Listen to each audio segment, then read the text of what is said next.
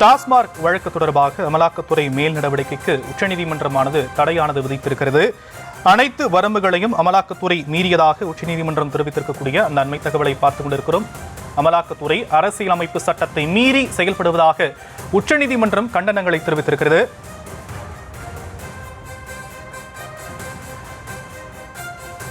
இதுகுறித்து பேசுவதற்காக தமிழக காங்கிரஸ் மாநில தலைவர் செல்வ பெருந்தகை அவர்கள் நம்மோடு இணைப்பில் இணைந்திருக்கிறார். அவரிடம் பேசலாம். சார், இணைப்பில் வந்தமைக்கு நன்றி. அமலாக்கத்துறை மேல் நடவடிக்கைக்கு உச்சநீதிமன்றமானது தடை விதித்திருக்கு, இதை எப்படி பாக்குறீங்க?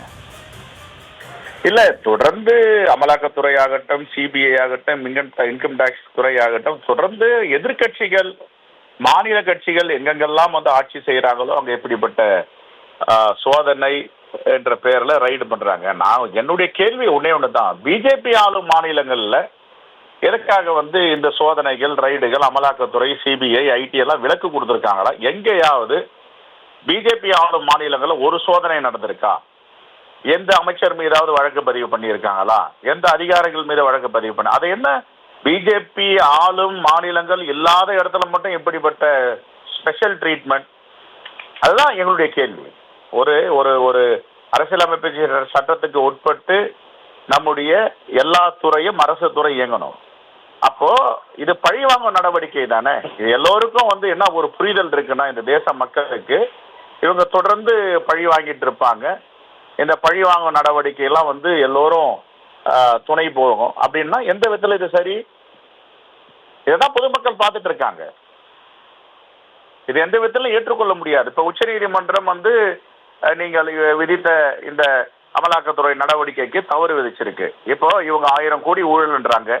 அது எப்படி ஊழல்ன்றாங்க? ஒரு பாட்டிலுக்கு 10 ரூபாய் அதிகம்னு சொல்றாங்க. எவனாவது ஒருத்தன் 10 ரூபாய் அதிகமா வாங்குறான் அப்படின்னு சொன்னா அந்த 10 ரூபாய் எவன் வாங்கினாலும் அவன் மேல் நடவடிக்கை எடுக்கணும். ஒட்டுமொத்த ஒரு ஆட்சியையோ அரசையோ வந்து குறை சொல்ல முடியாது. இதுதான் என்னுடைய பார்வை.